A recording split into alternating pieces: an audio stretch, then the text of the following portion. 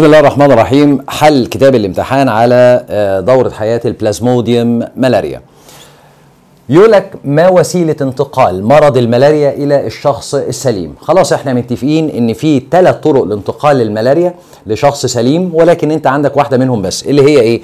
ان بعوضة فيها العدوى اللي هي فيها السبوروزويتات تقوم تلدغ شخص سليم فتنقل ليه السبوروزويتات وكده اتنقلت له العدوى. دي اول طريقة. نمرة 2 عن طريق نقل الدم، دي مش عليك. لو واحد عنده دمه فيه ميروزويتات وده مريض وعمل نقل دم لشخص سليم، الميروزويتات الحرة ده اهي هتبدأ، انا ماليش دعوة بالطور المشيجي، الطور المشيجي اللي في المريض يفضل موجود في الشخص اللي نقلت له دم السليم، مش هيعديه. انما الميروزويتات تبدأ تهاجم كرات دم سليمة عند الشخص السليم، فدي طريقة تانية ولكن مش كتيرة قوي، ولذلك ممنوع عند مرضى الملاريا ان هم يتضربوا بالدم. نمرة 3 عن طريق الام الحامل للجنين بتاعها، ودي برضو طريقة نادرة، ولكن يظل عندك ال3 موجودين، والاساسية اللي عندك عن طريق الانثى بعوضة الانوفلس. هل اللعاب بتاعها ولا الدم بتاع البعوضة؟ يا عم الدم بتاع البعوضة ملوش علاقة بالموضوع، انا اللي درسه في البعوضة كله هو المعدة بتاعتها والجدار بتاع المعدة، هو ده اللي فيه الاطوار. فين دم البعوضة في الموضوع؟ يبقى انا ماليش دعوة بدم انثى بعوضة الانوفلس ولا رذاذ الشخص المصاب. هو ما هواش دور انفلونزا مثلا فهيجي الرذاذ طالع الطفيل مثلا معاه، لا، ده الرذاذ ده عن طريق الامراض اللي بتتنقل بعدوى بتاعه الجهاز التنفسي. ملامسه الشخص المصاب للسليم مش للعالم، للسليم لا، الملامسه دي ما تعملش حاجه، ما هياش امراض جلديه. يبقى لعاب انثى، لعاب انثى بعوضه الانوفلس. ما نتيجه؟ يقول لك ما نتيجة التكاثر اللاجنسي للبلازموديوم جوه البعوضة، في البعوضة. يبقى نروح للجزء بتاع البعوضة. فين التكاثر اللاجنسي؟ جوه المعدة في التكاثر الجنسي. طيب التكاثر اللاجنسي اهو يا دكتور، اللي هو كان فيه انقسامين، مايوزي ده نمرة 1، والانقسام الثاني الميتوزي. الانقسام الثاني هو التكاثر اللاجنسي بالجراثيم عشان احول كيس البيض الى السبوروزويتات. يبقى النتيجة بتاعته اللي هي السبوروزويت، يبقى النتيجة بتاعته تكوين الطور المشيجي غلط، تكوين السبوروزويتات صح يا دكتور، تكوين الطور الحركي لا يا فندم، طبعا الطور الحركي جاي من تحول الزيجوت، تكوين الميروزويتات البعوضة ملهاش علاقة بالميروزويتات، مفيش ميروزويتات خالص جوه البعوضة، ولو دخل مع دم الشخص المصاب وراح للبعوضة ميروزويت يبقى الميروزويت على طول يتحلل ويموت يا دكتور. فهنا يبقى اذا تكوين السبوروزويتات. ما الطور المعدي لانثى بعوضة الانوفلس في دورة حياة البلازموديوم؟ الطور المعدي احنا زي ما قلنا في 2 طور معدي، في طور معدي للبعوضة اللي هو حاجة من الانسان تتنقل للبعوضة فده طور مشيجي، وفي حاجة من البعوضة تتنقل للانسان ده الطور المعدي للانسان وهو السبوروزويت. فهنا بيقول لي الطور المعدي للبعوضة اللي يعدي البعوضة الطور المشيجي، يبقى الطور المعدي لانثى بعوضة الانوفلس الاطوار المشيجية مش السبوروزويت، لان السبوروزويت معدي للانسان، اللقاحة والطور الحركي اساسا مش اطوار معديه. اذا كان عدد الصبغيات في نواه السبوروزويت س، يعني هنا السبوروزويت س كويس قوي، هو نون يعني احاد العدد الصبغي، فيكون عدد الصبغيات في نواه الميروزويت يا فندم، ما الميروزويت نون والسبوروزويت نون، يعني الاثنين زي بعض، يعني لو هنا صاد يبقى هنا صاد، لو هنا اكس يبقى هنا اكس، لو هنا عين يبقى هنا عين، لو هنا س يبقى هنا س، فهو بيقول لك ان السبوروزويت س، يبقى الميروزويت على طول يبقى هو كمان س زيه يا دكتور. ده غلط، ده غلط، ده غلط.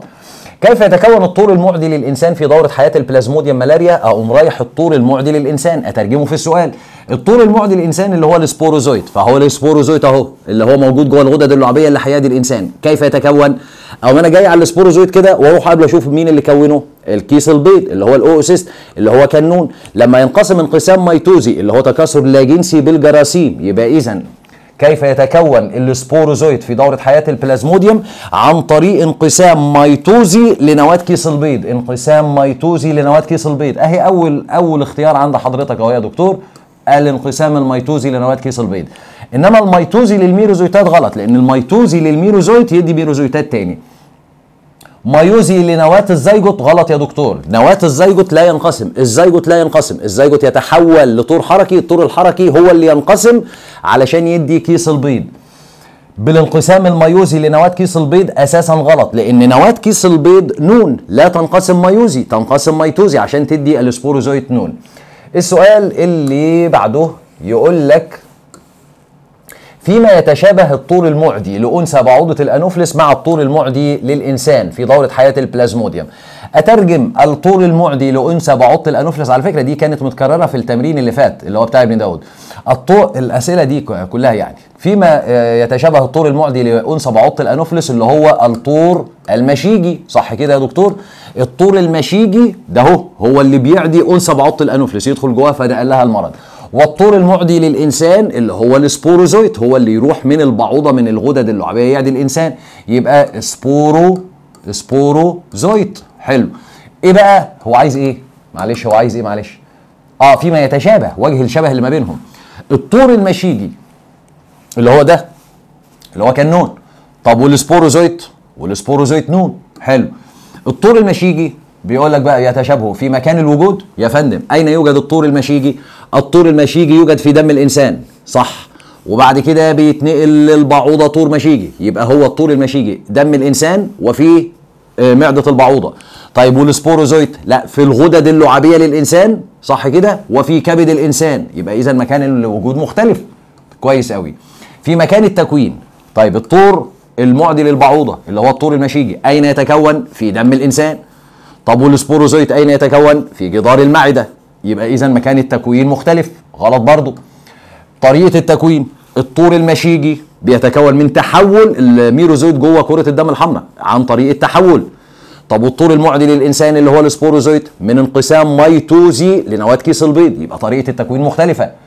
في العدد الصبغي ده فعلا، لان الطور المشيجي نون والسبوروزويت نون، يبقى هم بيتشابهوا في عدد الصبغيات. الاجابه د. اي مما يلي يمكن رؤيته بالمجهر عند فحص دم راجل مصاب بالملاريا؟ لو انا فحصت الدم لمريض مصاب بالملاريا، ايه اللي هتشوفه؟ اللي جوه الدم، ما عدا دي طبعا، لان السبوروزويت لما بيروح من البعوضه لدغه الانسان ده، فراح السبوروزويت في ثواني يصل للكبد، ولا في اعراض ولا بتاع، فمش هلحق اشوفه لان العيان مش هيشتكي. امال مين اللي هتشوفه في الدم؟ كل اللي تحت ده. هتلاقي كرات دم حمراء سليمه ولكن عددها قليل، انيميا يعني. هتلاقي كرات دم حمراء غير سليمه، ودي 3 صور: غير سليمه ممتلئه بالميروزويتات يعني منتفخه، غير سليمه منفجره، غير سليمه بداخلها مشيج مذكر ومؤنث اللي بنسميها الطول المشيجي، وقد تجد ميروزويتات حره اللي ناتجه من انفجار كرات الدم الحمراء. يبقى اللي تقدر تشوفه السبوروزويتات. غلط، انا ما اشوفش سبوروزويت. بص السبوروزويت فين يا دكتور؟ فالسبوروزويت غلط. امشاج مؤنثه غلط. تقول لي طب ما الطور المشيجي يا فندم، الطور المشيجي حاجه والمشيج حاجه. الطور المشيجي يعني مشيج جوه كره دم حمراء، انما المشيج بس اللي هو المشيج خرج جوه بره كره الدم الحمراء، فلا يمكن اشوف الامشاج بعيني او حتى تحت الميكروسكوب الا في معده البعوضه لما بعد ما يخرج من كره الدم الحمراء، انما هنا في دم الانسان لا يمكن تشوف مشيج. فكده يبقى السبوروزويت غلط والمشيج غلط. طيب الميروزويت صح، مشيج مذكر غلط. يعني انا ما اقدرش اشوف مشيج في دم الانسان، اشوف طور مشيجي مشيج مذكر جوه كره دم حمراء وغير ناضج، انما مشيج بس تشوفه في المعده بتاعه البعوضه. يبقى دي غلط برضو ودي غلط. الميروزويتات حتى الان اشوف فعلا ميروزويتات حره ناتجه عن انفجار كرات الدم الحمراء، فاقدر اشوف ميروزويتات، يبقى دي حتى الان صح. الطور المشيجي الناضج لا يا فندم، الطور المشيجي الناضج تشوفه في معده البعوضه، لان اللي في دم الانسان طور مشيجي غير ناضج ويفضل غير ناضج لغايه لما بعوضه تمص دم الانسان ده ويروح الطور المشيجي الغير ناضج اهو يقوم ينضج داخل معده البعوضه يتحول لطور مشيجي ناضج. فامتى تشوف الطور المشيجي الناضج؟ تشوفه في معده البعوضه، انما في دم الانسان غلط. لو عارف لو في اطوار مشيجيه وسكت طور مشيجي اقول لك هو لم يحدد، او طور مشيجي غير ناضج، الغير ناضج اشوفه في دم الانسان واشوفه في البعوضه. انما الاجابه يبقى ب الميروزويتات. ما الطور الذي يمكن ان يتواجد خلال دوره حياه الملاريا في الانسان المصاب وانثى بعوضه الانوفلس؟ مين اللي تشوفه في الانسان وتشوفه في البعوضه في نفس الوقت؟ حاجه موجوده في البعوضه تنقل المرض للانسان اللي هو السبوروزويت. السبوروزويت هنا اهو والسبوروزويت هنا اهو يا دكتور، يبقى انا اقدر اشوف السبوروزويت، صح كده؟ السبوروزويت. او حاجه اللي هي الطور المعدي للبعوضه، حاجه في دم الانسان وبعدين تاخدها البعوضه اللي هي مين؟ اللي هي الطور المشيجي، ويتنقل هنا طور مشيجي، يبقى اللي اقدر اشوفه في الاثنين السبوروزويت والطور المشيجي اللي هو الطور المعدي. خلاص كده السبوروزويت والطور المشيجي. السبوروزويت بس، السبوروزويت دي صح. كيس البيض لا طبعا، ده تلاقيه في البعوضه بس في الجدار بتاع المعده. الميروزويتات غلط، دي تلاقيها في الانسان. الطور المشيجي الناضج ده تلاقيه في البعوضه يا دكتور، في انثى البعوضه. يبقى ممكن اللي نشوفه مين؟ السبوروزويتات. ولو كان فيه اختيار طور مشيجي، اقول لك برضو اختار الطور المشيجي، او هيبقى هنا الاثنين مع بعض. السؤال اللي بعده يقول لك الفترة التي يطلق عليها فترة الحضانة، واتفقنا ان فترة الحضانة دي اللي هي الطفيل بيقضيها فين؟ بيقضيها في كبد الانسان علشان يجهز نفسه ويزود عدده، لان الكبد مش هو العضو المستهدف بتاع الملاريا. فبتقول لك هنا فترة الحضانة هي الفترة منذ إصابة الإنسان من ساعة ما الطفيل يدخل جوه الإنسان، أهو داخل هنا جوه الإنسان، لغاية إيه؟ هل لما يخرج الطفيل من الكبد يبدأ الأعراض؟ لا برضه. ليه؟ لأن لسه ما انفجرتش كرات الدم الحمراء. هل لما الميروزويت يهاجم كرة الدم الحمراء تلاقي أعراض؟ برضه لسه. بداية الأعراض بعد 48 ساعة من أول هجوم لكرات الدم الحمراء، عشان بعد 48 ساعة هتنفجر كرة الدم الحمراء. السموم بقى اللي طالعة من الانفجار هي اللي هتبدأ تعمل الأعراض. يبقى معنى كده الفترة اللي يطلق عليها فترة الحضانة عند إصابة الإنسان هي الفترة من إصابة الإنسان وحتى مهاجمة السبوروزويتات لخلايا الكبد. غلط طبعا يا دكتور، لأن مهاجمة السبوروزويت لخلايا الكبد ما يعملش أعراض. من إصابة الإنسان وحتى تحرر الميروزويت من خلايا الدم الحمراء لأول مرة. صح يا دكتور، من لحظة مهاجمة الإنسان وحتى تحرر الميروزويتات من كرات الدم الحمراء عند أول هجوم. ده صح كده يا دكتور، عند أول مرة، ده صح. تكوين الطور المشيجي يا فندم مفيش أعراض بتحصل نتيجة تكوين الطور المشيجي خالص، الأعراض بتحصل نتيجة انفجار كرات الدم الحمراء. مهاجمة الميروزويت لخلايا الدم الحمراء لأول مرة يا فندم، الهجوم لوحده ان الميروزويت اول مره بقى وهو لسه خارج من الكبد هيهاجم كره الدم الحمراء، مفيش اعراض. عندي بقى 48 ساعه والميروزويت ده يتكاثر ويفجر كره الدم الحمراء تبدا الاعراض. فما تجيش تقول لي عند مهاجمه الميروزويت لكره الدم الحمراء، لا ده ما يعملش اعراض. يبقى الاجابه عند تحرر الميروزويتات من خلايا الدم الحمراء لاول مره. اي مما يلي يتكون بالتحول دون انقسام اثناء دوره حياه البلازموديوم. او مره بقى من التجميعات اللي انت عارفها، مين اللي بيحصل ليه تحول؟ اقسم كده، في تحول بيحصل في الانسان وفي تحول بيحصل في البعوضه. فين التحول اللي في الانسان؟ اهو يا دكتور، اللي هو تحول الميروزويت جوه كره الدم الحمراء الى طور مشيجي. يبقى الميروزويت لطور مشيجي. وتاني تحول الزيجوت الى الطور الحركي. يبقى تاني يا دكتور، اي مما يلي يتكون بالتحول دون انقسام اللي هو الطور. مين اللي بيتكون بالتحول؟ اللي هو الطور المشيجي. وايه تاني يا دكتور؟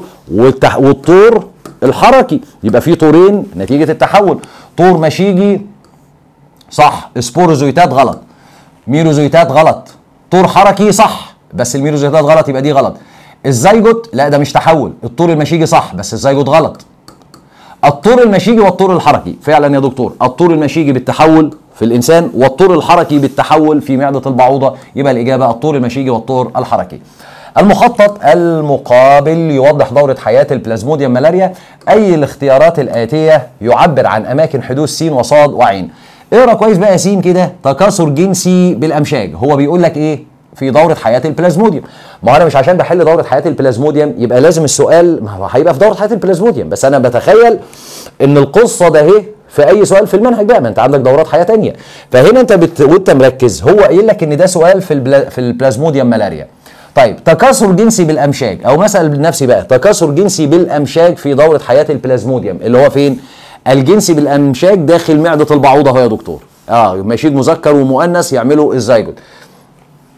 يبقى س ده في معده البعوضه، هو عايز س ثم صاد ثم عين. انا جبت س خلاص في معده البعوضه، ادي س اهي وبعدين صاد اهي وهي عين اهي، فس اكيد جوه معده البعوضه التكاثر الجنسي، يبقى تمشي داخل معده البعوضه وتمشي داخل معده البعوضه. خليه كبد الانسان غلط وخارج المعده غلط، لان هو بيحصل داخل المعده التكاثر الجنسي بالامشاج. طيب نيجي بقى على صاد.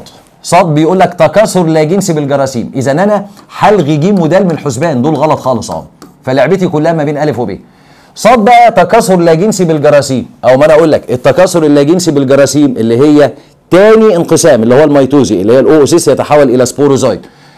الاوسيست السبوروزويد ده بيحصل فين؟ خارج المعده ولا داخل المعده؟ بيحصل خارج المعده في الجدار اهو، يبقى خارج المعده مش في خليه كبد الانسان. بس كده يبقى به كمان غلط يا دكتور.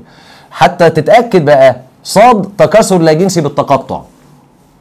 على فكره ده في كبد الانسان لا جنسي تقطع وخليه دم حمراء لا جنسي تقطع، انما كبد الانسان ده هي في نمره ب غلط. يبقى اذا الاجابه ب غلط، يبقى اذا انت عندك الاجابه الف هي اللي صح يا دكتور. الاجابه الف هي اللي صح. السؤال اللي بعده يقول لك في اي مرحله يحدث التنوع الوراثي في دوره حياه البلازموديوم. عايزك بس تركز معايا هنا، الكل هيغلط فيها انا عارف. التنوع الوراثي بيحصل في التكاثر الجنسي، فبعض الناس بقى هيقوم يقول لك ايه بقى؟ هنا بقى هنا بيحصل جوه المعده. ليه يا ابني بيحصل جوه المعده؟ تقول لي علشان الجنسي باندماج المشيج المؤنث والمذكر مع بعض فينتج الزيجوت، بس يبقى ده كده تكاثر جنسي، فده تنوع وراثي. انا معاك، ولكن الامشاج اتكونت ازاي؟ الامشاج ما اتكونتش بانقسام ميوزي. ما هو خلي بالك من حاجه، الامشاج ده ايه؟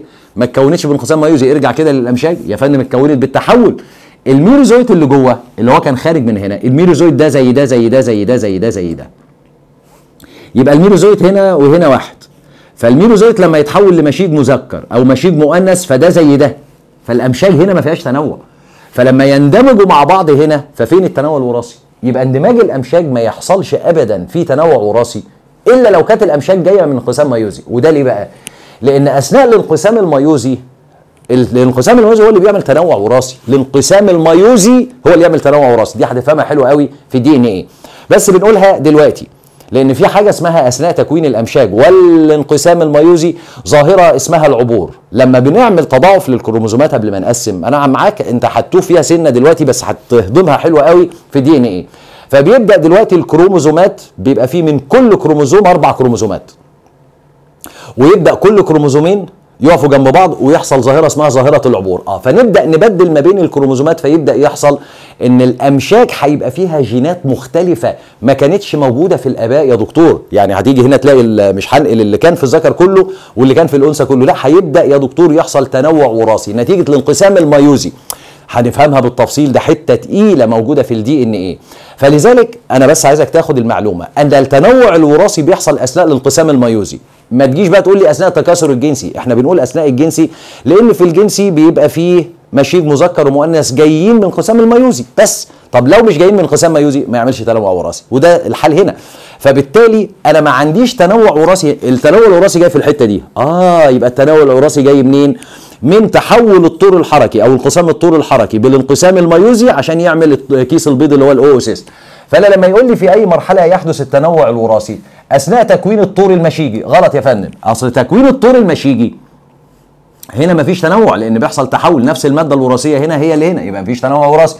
اثناء تكوين السبوروزويت برضه لا، لان السبوروزويت جاي من انقسام ميتوزي مش ميوزي. خلاص كده يا دكتور، وتكاثر لا جنسي بالجراثيم، واللا جنسي لا ينتج عنه تنوع، غلط. طيب تكوين الميروزويتات ما هي نفس القصه. تكوين الميروزويتات هي بتتكون بالجنسي بالتقطع، انقسام ميتوزي، فما فيش تنوع. تكوين كيس البيض، استنى بقى، وعشان كيس البيض يتكون يا دكتور اهو، وعشان اكون كيس البيض ده هو جاي منين؟ كيس البيض من انقسام ميوزي بس كده. طالما دخلت في انقسام ميوزي هنا هيبدا فيه بقى يحصل ظاهره عبور وبتاع وتبادل في الجينات الموجوده في الكروموزومات لما تتضاعف. فاذا التنوع الوراثي بيحصل اثناء الانقسام الميوزي تحديدا. ميوزي ووراه جنسي كمان، يا سلام، يبقى تنوع وراثي فعلا بحق وحقيقي. فهنا اثناء تكوين الكيس بتاع البيض، شفت بقى يا دكتور؟ يعني هنا دي محدش يجيبها غير لو واحد عنده هذه المعلومه. ماشي كده الكلام؟ فبص على الانقسام الميوزي، بعد الانقسام الميوزي هنا هيبدا التنوع الوراثي بقى يا دكتور. طيب، ما مدى صحه العبارتين التاليتين؟ كل مريض ملاريا مصاب بالانيميا. دي صح طبعا، لان مريض الملاريا من كثره انفجار كرات الدم الحمراء بيحصل عنده انيميا، ويبدا الميروزويتات اللي طالعه تهاجم كميه اكبر، فكل 48 ساعه بيتكسر عنده اكتر. فما فيش مريض ملاريا ما عندوش انيميا، ده بيموتوا من الانيميا لحد يا دكتور. يبقى كل ما مريض ملاريا مصاب بالانيميا ده صح، انما كل مريض انيميا مصاب بالملاريا لا، انت عندك انيميا بس ما عندكش ملاريا. يبقى اذا الجمله الثانيه غلط، يبقى العباره الاولى صح والعباره الثانيه خطا. الاجابه ب.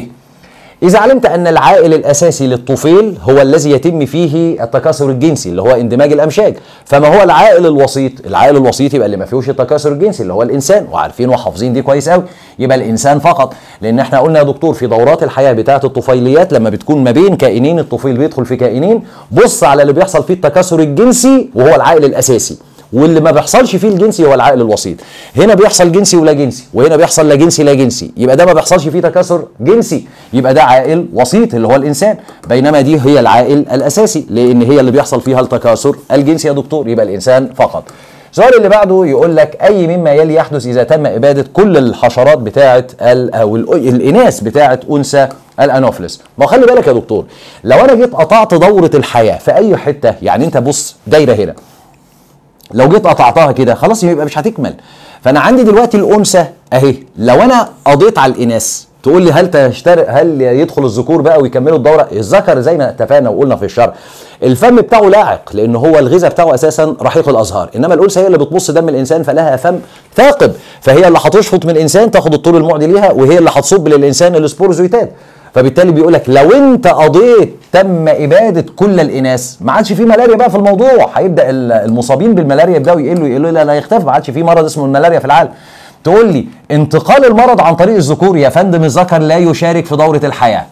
ارتفاع معدل الاصابه، يا راجل حرام عليك، يعني انا هنا اقضي على اللي كان بينقل الملاريا، بوقف دوره الحياه فيرتفع الاصابه بالملاريا. زياده التنوع الوراثي للبلازموديوم، يا فندم زياده ايه التنوع الوراثي؟ ما هي ملهاش علاقه. وبعدين اقول ايه بس خلاص يا دكتور، تناقص اعداد المصابين بالملاريا لما تشيل وزي ايه لو احنا قضينا على كل البشر برضه الملاريا مش هتكمل. هي اصل نص دوره الحياه في الانسان والنص الثاني في البعوضه. اي مما يلي لا يتناسب مع مكان الوجود. طيب الميروزويتات وكرات الدم الحمراء دي تتناسب، الميروزويتات موجوده جوه كرات الدم الحمراء، لا دي تتناسب، دي تتناسب. طيب السبوروزويت ولعاب البعوضه، السبوروزويت ولعاب البعوضه، استنى كده، السبوروزويت اهو وفي اللعاب بتاع البعوضه، ده يتناسب يا دكتور. طيب الطور المشيجي والغدد اللعابيه، الطور المشيجي فين؟ الطور المشيجي اهو ده الطور المشيجي صح كده اللي ناتج من تحول الميروزويتات. ولعاب البعوضه ملوش علاقه، لان الطور المشيجي بيخش على المعده صح كده، لسه بقى يلف لفته ويطلع بعد كده السبوروزويت هو اللي يبقى موجود فين؟ في اللعاب بتاع البعوضه. فهنا الطور المشيجي والغدد اللعابيه للبعوضه، لا طبعا الطور المشيجي مش ماشي مع الغدد اللعابيه للبعوضه. الزيجوت والمعده صح يا دكتور، ادي الزيجوت اهو اللي هو ناتج من اندماج المشيج المذكر مع المؤنث جوه المعده، يبقى الزيجوت والمعده ماشيين مع بعض. الله، يبقى مين اللي مش ماشي؟ الثلاثه دول ماشيين صح اهو، يبقى اللي مش ماشي يا دكتور نمره ج الاطوار المشيجيه والغدد اللعابيه للبعوضه. السؤال اللي بعده يقول لك اي مما يلي يميز اطوار دوره حياه البلازموديوم ملاريا داخل جسم البعوضه عن الاطوار داخل جسم الانسان؟ ايه اللي بيميز الاطوار في البعوضه؟ ايه اللي موجود في البعوضه مش موجود في الانسان؟ حدوث تكاثر لا جنسي فقط. غلط يا فندم، لان البعوضه بيحصل فيها جنسي ولا جنسي، فده ما يميزهاش، فهي الجمله غلط اساسا. يعني اللي يميز البعوضه عن الانسان ان بيحصل فيها لا جنسي فقط، امال الجنسي ده راح فين يا دكتور؟ غلط. حدوث تكاثر جنسي فقط، هل اللي يميز البعوضه عن الانسان ان بيحصل فيها جنسي فقط؟ لا يا فندم، هي بيحصل فيها جنسي ولا جنسي، خلاص يبقى دي غلط. هل اللي يميز البعوضه عن الانسان حدوث جنسي يعقبه لا جنسي؟ فعلا يا دكتور، خلي بالك جنسي اللي هو بالامشاج يعمل ده كده، يعقبه لا جنسي، الترتيب مهم. يعني اوعى يجي لك يقول لك لا جنسي يعقبه جنسي، لا غلط، الجنسي الاول جوه المعده ثم اللا جنسي جوه الجدار، يبقى دي صح يا دكتور، جنسي يعقبه لا جنسي، ده هي صح. طيب لا شفت بقول لك حدوث لا جنسي يعقبه جنسي، هل اللا جنسي جوه البعوضه في الجدار اللي هو لا جنسي بالجراثيم الاوسيس يتحول لسبوروزيت يعقبه الجنسي؟ لا يا فندم، الجنسي يعقبه لا جنسي، يبقى دي كمان غلط، يبقى الاجابه فعلا جنسي يعقبه تكاثر لا جنسي، الاجابه نمره ج. يقول لك اثناء دوره حياه البلازموديوم ملاريا اين يتم انتاج الاطوار ثنائيه العدد الصبغي؟ في اثناء دوره حياه البلازموديوم، تمام، يعني في كل دي اين يتم الاثنين نون؟ كويس، يعني هو لم يحدد لا انسان ولا بعوضه. في الانسان اساسا ما فيش 2 نون مبدئيا كده، كل اللي في الانسان سبوروزويت ونون ميروزويت، نون طور بشيجي نون، فالاثنين نون مش هتلاقيه غير في البعوضه. فين بقى في البعوضه يا معلم؟ قال لك في البعوضه الاثنين نون اللي هو الزيجوت والطور الحركي. ما هو الزيجوت بيتكون فين؟ جوه المعده. طب والطور الحركي بيتكون فين؟ جوه المعده. اذا الاطوار ثنائيه العدد الصبغي بتتكون جوه المعده، يبقى الاطوار ثنائيه العدد الصبغي في الغدد اللعابيه لانثى البعوضه، لا ده السبوروزويت ده نون. في تجويف في المعده، صح يا دكتور، اللي ان الزيجوت والطور الحركي الاثنين بيتكونوا جوه تجويف معده انثى بعوضه الانوفلس. في جدار معده الذكر اساسا في الجدار غلط والذكر غلط، لان الجدار ما بيتكونش فيه 2 نون. الاثنين نون تقول لي بقى الطور الحركي اهو، يا فندم هو هاجر من هنا، انما هو اتكون جوه المعده. يبقى دي غلط. في كرات الدم الحمراء يا فندم اللي بتكون في كرات الدم الحمراء الميروزويت وده نون. يبقى الاجابه عندك في تجويف معده انثى بعوضه الانوفلس. اي الرسومات البيانيه التاليه يمثل شده اعراض مرض الملاريا في الانسان؟ احنا عارفين ان الملاريا لما بتيجي تحصل ايه اللي بيحصل يا دكتور؟ بتلاقي الانسان ماشي عادي خالص، مع انفجار كرات الدم الحمراء تطلع السموم، تقوم الاعراض تشد، ترتفع درجه الحراره وعرق وغزير، وبعدين تبدا تقل تاني، وبعد 48 ساعه تتكرر الاعراض، وبعد 48 ساعه تتكرر الاعراض، وخلي بالك 48 ساعه تتكرر الاعراض، وفي كل مره بتزيد عن اللي قبلها. ليه؟ لان عدد كرات الدم الحمراء اللي بتنفجر في كل مره اكتر. ليه؟ لان انا لما بفجر دي كرة الدم الحمراء اللي ده هي طلع منها كذا ميروزويت هيهاجموا كذا كرة دم حمراء، فبعد 48 ساعة هفجر عدد أكبر، فدايما كمية السموم اللي بتطلع كل 48 ساعة أكتر، فالأعراض بتشد، فتلاقي الكيرف بتاع أعراض الملاريا ماشي كده وعمال يزيد في كل مرة عن اللي قبلها يا دكتور. خلاص هو اللي ماشي معايا نمرة تاني يا دكتور. إنما هنا بيقول لك إيه؟ كده الأعراض بتزيد وبعد كده بتثبت وبعد كده بتزيد وبعد كده تثبت لا يا دكتور هي بتزيد وتقل، تزيد وتقل، تزيد وتقل، وفسرنا الكلام ده ليه؟ الاجابه نمره د يا دكتور. طبعا هي هنا دي معناها بتقل على طول، هنا معناها انها بتتزايد على طول، هو مش دور التهاب رئوي، فانت عمال مثلا تسخن والسخونيه بتزيد والكحه بتزيد، ما بتاخدش علاج الدنيا بتتنيل بيك، ده اللي يفضل زايد على طول بقى، صح كده؟ انما تزيد وتقل ده الملاريا اللي هي نمره د. ما المده الزمنيه اللي يحتاجها طفيل البلازموديوم لكي يتكرر ظهور الاعراض؟ ما احنا اتفقنا بقى يا دكتور كل 48 ساعه. لما اول ما يبدا الميروزويت يهاجم كره دم حمراء 48 ساعه ويحصل التفجير وتطلع السموم وتعمل اعراض. كام ساعه والسموم يتخلص منها الكبد، يخلص الدم المريض منها فيهدى العيان. 48 ساعه من لحظه بقى الهجوم تاني، الكرات الدم الحمراء اللي انفجرت وطلع منها ميروزويتات هتهاجم، ف 48 ساعه وتتكرر الاعراض. اذا الفتره ده هي من هنا لهنا اللي هي 48 ساعه يا دكتور. يبقى المده الزمنيه اللي بنحتاجها ايه ده انا بجاوب سؤال تاني خالص. شوف ما ده التسرع بقى. ما المده الزمنيه اللي يحتاجها طفيل البلازموديوم لكي يتكرر ظهور الاعراض 3 مرات متتاليه على شخص مصاب؟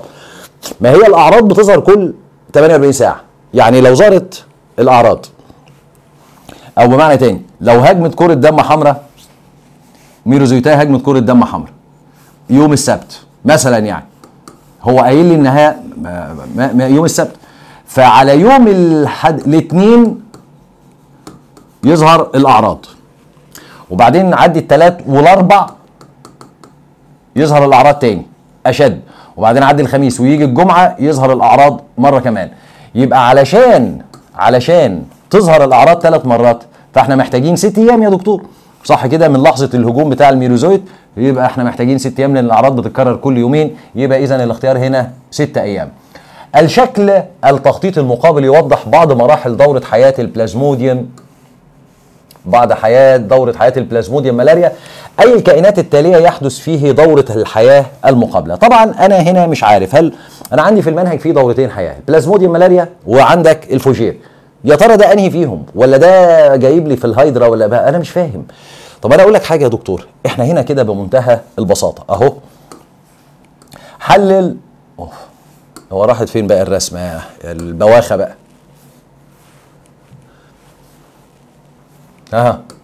حلل الرسمة بتاعتك، حلل الرسمة بتاعتك. بص بقى يا دكتور، هنا بيقول لك استنى كده بقى، ماشي استنى بس كبرت كده. حلل الرسمة بتاعتك يا دكتور. هنا بيقول لك جميتات نون هتدي زيجوت 2 نون، وبعدين الزيجوت ال2 نون ده هيدي كائن نون، تمام؟ طيب ما اي الكائنات دي دوره حياه في مين؟ في السبايروجايرا. طيب اللي مذاكر السبايروجايرا هيعرف ان السبايروجايرا مبدئيا ما فيهاش جميتات، صح كده؟ يعني ما فيش امشاج في السبايروجايرا، ما فيش امشاج في السبايروجايرا. هنا في جميتات اهي اللي هي امشاج، فعيب ان انا اقول ان السبايروجايرا هي دوره الحياه دي لان ما فيهاش امشاج. حلو. عفن الخبز انت بالنسبه لك ما فيش امشاج، خلاص يبقى يبقى ده مش فطر عفن الخبز. هل ده الفوجير؟ استنى، ممكن الفوجير كان بيكون امشاج في الطور المشيجي. الطور المشيجي اللي هو كان الخلايا بتاعته كلها كانت نون، الطور المشيجي كان نون، كان فيه الارشيجونيا نون، وكانت فيه الانثريديا نون. حلو. الجاميتات نون. لما تيجي تكون الامشاج نون، الامشاج بتتكون بالانقسام الايه؟ ميتوزي، زي ما انت عارف في الفوجير. فهتبدا او هتعرف يعني. فالمهم يعني فيطلع المشيج اللي هو بنسميه سابحات مهدبه، اللي هو زي الحيوان المنوي كده، احيانا يسموه حيوان منوي في بعض المراجع يعني. ده هيبقى نون برضه، اتكون من انقسام ميتوزي، خلي بالك زي ذكر النحل كده. وخلي بالك ان هنا البويضات هتبقى نون، بس هنا جوه هنا. فيبدا المشيج المذكر يخصب بالمشيج المؤنث، فيبدا ينتج الزيجوت. الزيجوت كام نون؟ 2 نون. يبقى ده ماشي مع الفوجير لحد دلوقتي اهو. انا عندي هنا الفوجير بيقول لك هنا جاميتات نون، صح فعلا الجاميتات اللي هي الامشاج نون ونون. حلو. وبعد كده يدي زيجوت 2 نون، رائع، هيندمج ويعمل زيجوت 2 نون. بس الفكره بقى ان الزيجوت ده هيبدا يدي نبات الفوجير الرئيسي، هيبدا يدي نباته الفوجير الرئيسي اللي هو 2 نون يا دكتور، انما مش كائن نون بس، يبقى ده مش الفوجير، يبقى دي مش دوره حياه الفوجير. طب هل ده يمشي مع البلازموديوم ملاريا؟ استناني كده. هل البلازموديوم بيبقى فيها جاميتات نون؟ بيبقى فيه الجاميتات نون، لان انا عندي اوسع لك الدنيا بس عشان تبقى شايف. انا عندي هنا الجاميتات اللي هي مشيج الجاميته المذكره والمؤنثه نون ونون، لانها جايه من الطول المشيجي نون، فالامشاج نون، صح كده؟ يبقى دي تمشي جاميتات نون، صح كده؟ يبقى دي تمشي جاميتات نون، صح كده؟ ماشي. تقوم تدي زيجوت 2 نون، وفعلا الزيجوت في الملاريا 2 نون من اندماج المشيج المؤنث والمذكر مع بعض، الزيجوت 2 نون، فزيجوت 2 نون يمشي، صح. الزيجوت ال 2 نون هيدي كائن نون بعد كده. ايه ده؟ فين هذا الكلام؟ يا فندم ما هو الزيجوت ال 2 نون هو هيتحول للطفيل الرئيسي، ازاي؟ هيتحول الاول لطور حركي 2 نون عشان يطلع، وبعد كده الطور الحركي اجبر ان هو ينقسم ميوزي عشان يرد العدد الاصلي نون، اللي هو هيدي الطفيل تاني لسبوروزويت نون. ففعليا الزيجوت ال 2 نون هيدي كائن نون، ده يمشي حلو قوي. كائن نون اهو يا دكتور، يمشي حلو قوي مع الملاريا. يبقى السبايروجيرا غلط، السبايروجيرا غلط، العوف الخبز غلط، والفوجير غلط. الاجابه البلازموديوم ملاريا. ما الطور الذي يحدث به الانقسام الميوزي في دوره حياه الملاريا؟ ما دي ملاريا. الطور اللي بيحصل فيه انقسام ايه يا فندم؟ انقسام ميوزي. استنى، فين الانقسام الميوزي؟ اهو ده الانقسام، لا ده ميتوزي، انا اسف، ده الانقسام الميوزي. مين اللي انقسم ميوزي؟ الاتنين نون اللي هو الطور الحركي. انقسم ميوزي علشان يدي كيس البيض، يبقى الاو الاولاني انقسم ميوزي عشان يدي الاو الثاني. الاو كاينت هو اللي بيدي الاو سيست كيس البيض ميوزي. يبقى بيحصل انقسام الميوزي في الاو كاينت اللي هو في الطور الحركي، هو اللي حصل فيه. يبقى الطور اللي يحدث فيه الانقسام الميوزي الطور الحركي يا فندم، بيحصل فيه انقسام ميوزي لان الطور الحركي 2 نون يحصل فيه ميوزي عشان يرد للعدد الاصلي. الزيجوت ما بيحصلش فيه انقسام يا فندم، الزيجوت بيحصل فيه تحول. الزيجوسبور ده مش تبع، او ده لو رحت بقى اسمه ايه ده؟ الطول اللي يحدث به الانقسام الميوزي، لو رحت بس ده زيجوسبور، ده بتاع الاقتران، بتاع اسمه ايه ده؟ تحلب السبايروجيرا. وانا اوريدي انا حكمت ان دي مش دوره حياه سبايروجيرا، ده غلط، فما تقوليش زيجوسبور، غلط. الحوافظ الجرثوميه يا فندم، الحوافظ الجرثوميه ده على اساس انا بكلمك في عفن الخبز مثلا، ولا اتفقت ان عفن الخبز مش معايا، يبقى دي دوره حياه ملاريا، يبقى هنا الطور الحركي هو اللي بينقسم ميوزي يا دكتور علشان يدي كيس البيض اللي هو الاو سيست. وكده يبقى خلصت الاسئله بتاعت كتاب الامتحان. سلام عليكم ورحمه الله وبركاته.